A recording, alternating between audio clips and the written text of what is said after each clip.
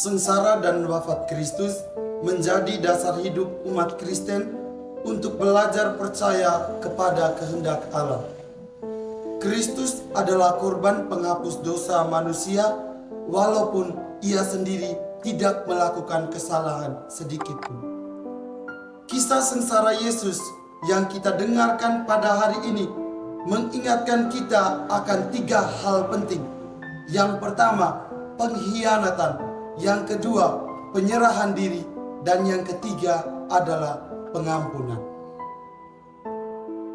Bapak, Ibu, saudara-saudari umat beriman yang terkasih dalam Kristus. Di sepanjang perjalanan hidup harian kita, pengkhianatan terkadang menjadi corak yang mendasar dalam diri manusia. Ia tumbuh dan lahir dari kedengkian hati yang mementingkan keegoisan pribadi tanpa memikirkan perasaan dan kehendak orang lain. Terkadang kita dengan segala kelemahan manusiawi yang kita miliki, kita pandai untuk memerankan skenario pengkhianatan. Ada 2 sisi yang ditekankan dalam kisah sengsara yang diperdengarkan pada kita pada hari ini. Sisi yang pertama adalah orang yang bertindak sebagai pengkhianat, dan sisi yang kedua adalah orang yang menjadi korban pengkhianatan. Dan kisah sengsara dalam ibadat Jumat Agung di sore hari ini secara jelas menggambarkan 2 figur utama, yakni Yudas Iskariot dan Yesus Kristus. Yudas berperan sebagai seorang yang melakukan pengkhianatan, dan Yesus Kristus sebagai korban dari orang yang melakukan pengkhianatan. Bapak, Ibu, saudara-saudari yang terkasih dalam Kristus, kenyataan hidup yang kita alami terkadang menuntut kita untuk bertindak sebagai Yudas atau sebagai Yesus Kristus. Pilihan ada di tangan kita masing-masing. Terkadang ada situasi di mana demi menyenangkan diri, demi mendapatkan sesuatu, demi mendapatkan jabatan, demi mendapat posisi yang baik, terlihat baik di mata masyarakat, kita terkadang berperan sebagai Yudas Iskariot.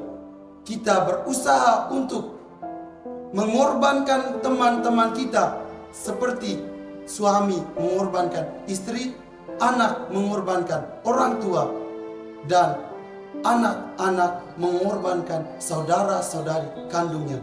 Tentu semuanya itu dalam bingkai pengkhianatan demi mendapatkan kenyamanan hidup.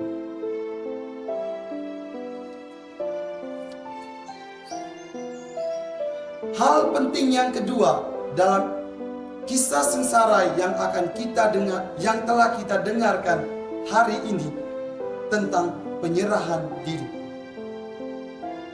Ketika puncak pengkhianatan yang dilakukan oleh Yudas mencapai kemenangan, maka penyerahan diri pun terjadi.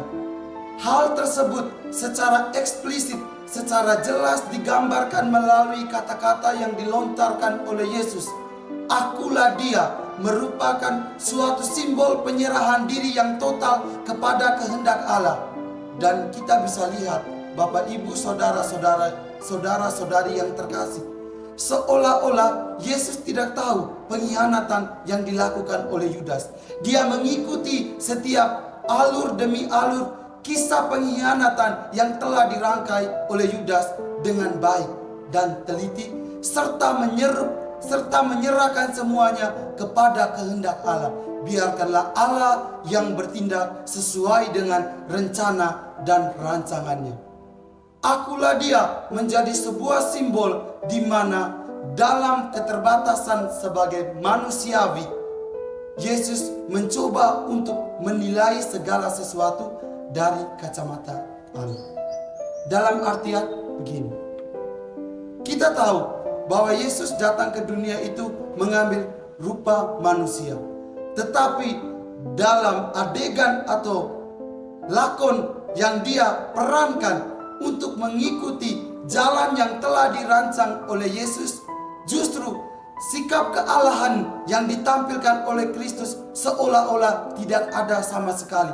Dia berperan seolah-olah bahwa dia itu 100% manusia dan tanpa ada rahmat kealahan dalam dirinya. Lalu bagaimana dengan hidup harian kita? Bapak, Ibu, saudara-saudari yang terkasih, penyerahan diri untuk konteks zaman sekarang, untuk kita pengikut Kristus saat ini, kita harus berani berkorban bagi sesama yang menderita. Sekalipun kita tahu ada kecurangan yang dilakukan oleh sesama kepada kita. Terkadang itu sangat menyakitkan, tetapi ajaran yang paling mendasar, yang mendasari seluruh perjalanan hidup Kristiani kita adalah ajaran kasih, di mana pengkhianatan dibalas dengan kasih. Dan dalam mewujudkan kasih yang konkret dalam realitas atau kenyataan hidup harian kita, jalan yang harus kita tempuh adalah penyerahan diri yang total kepada Allah dan sesama. Aspek yang ketiga adalah pengampunan. Pengampunan yang diberikan Yesus tertuju kepada penjahat yang disalibkan di sebelah kanannya dan semua orang yang menyiksa dan menyalibkannya.